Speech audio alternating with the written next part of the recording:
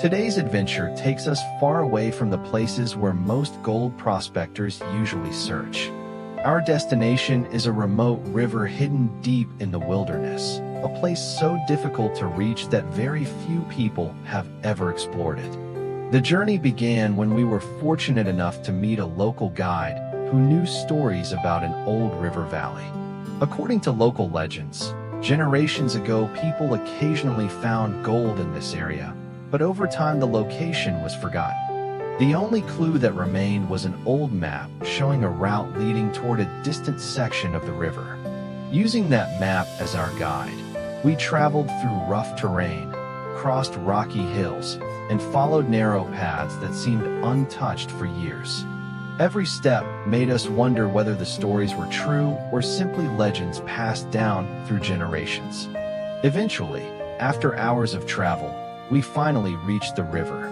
The place looked completely different from modern mining locations. There were no signs of recent activity, no machinery, and no evidence that anyone had searched here for a very long time. The river flowed quietly through the valley, surrounded by dense wilderness. Beneath the clear water lay layers of gravel, sand, and exposed bedrock that immediately caught our attention. If the old map was correct, this river could still be hiding gold that had remained untouched for decades. Today, we are about to find out. Before carrying larger equipment into such a difficult location, we first need proof that the river contains gold. We begin by using a metal detector to investigate the riverbed. Carefully moving through the shallow water, we scan different sections while paying close attention to every signal. Some areas remain quiet. Others produce weak responses.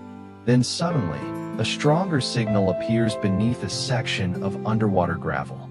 The signal is repeated several times, confirming that something heavy may be trapped below. Excitement begins to build.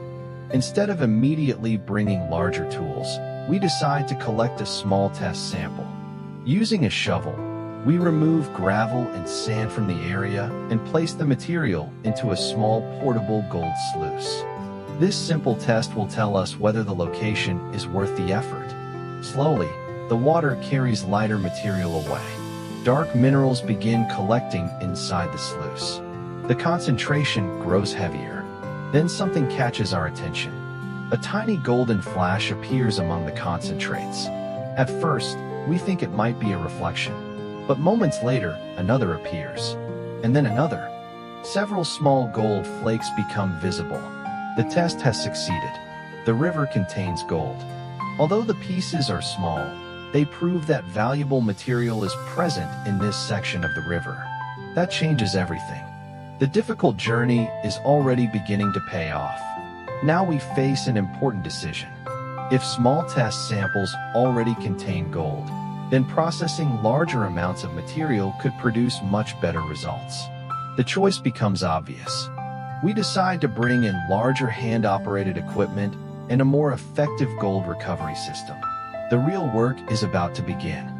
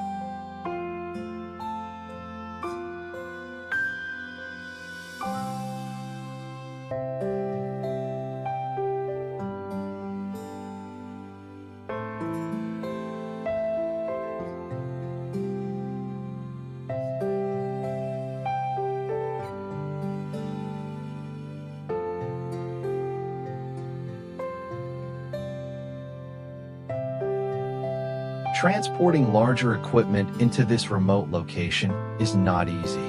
Unlike commercial mining operations, we cannot use vehicles or heavy machinery here. The terrain is simply too difficult. Everything must be carried by hand. Piece by piece, we transport the equipment to the middle section of the river where the test results were strongest.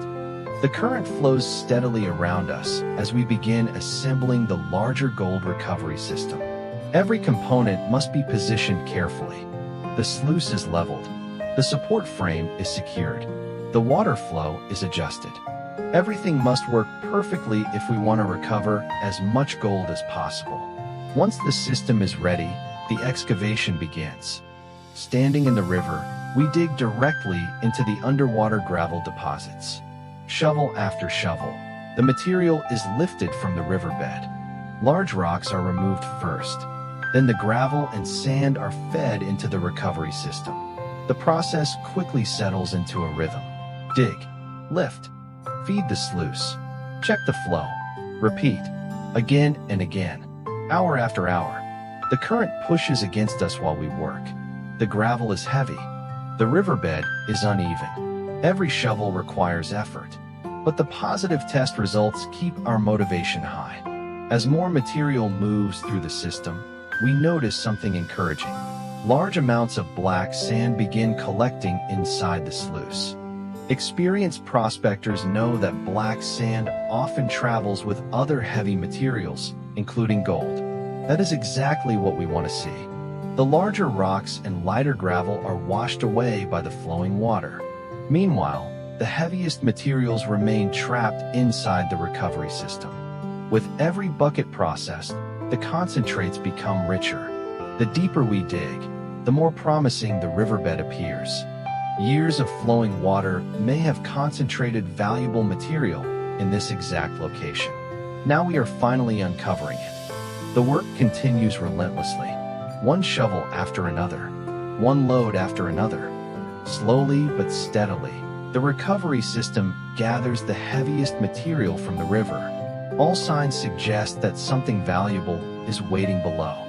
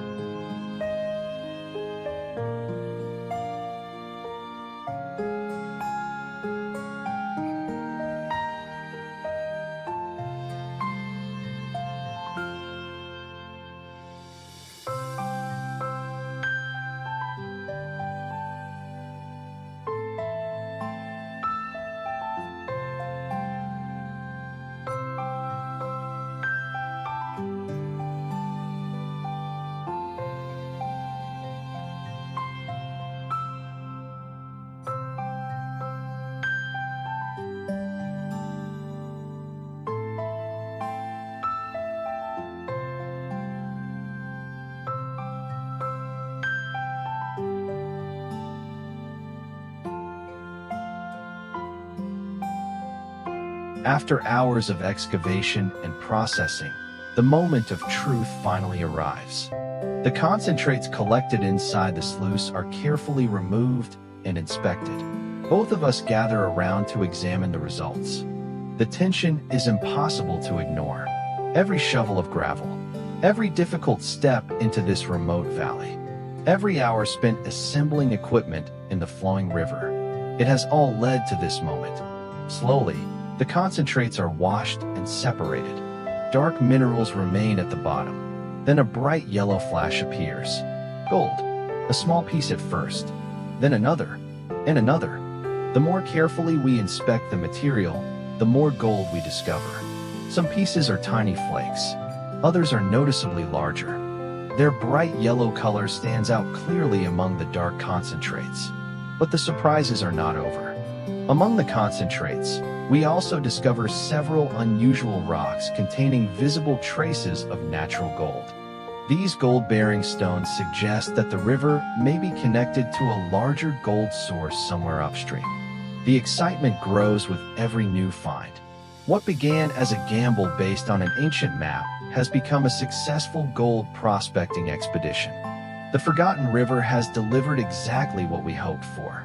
As the day comes to an end, we look at the collection of gold flakes and gold-bearing stones spread out before us. The difficult journey, the remote location, the hard physical work, all of it has been rewarded.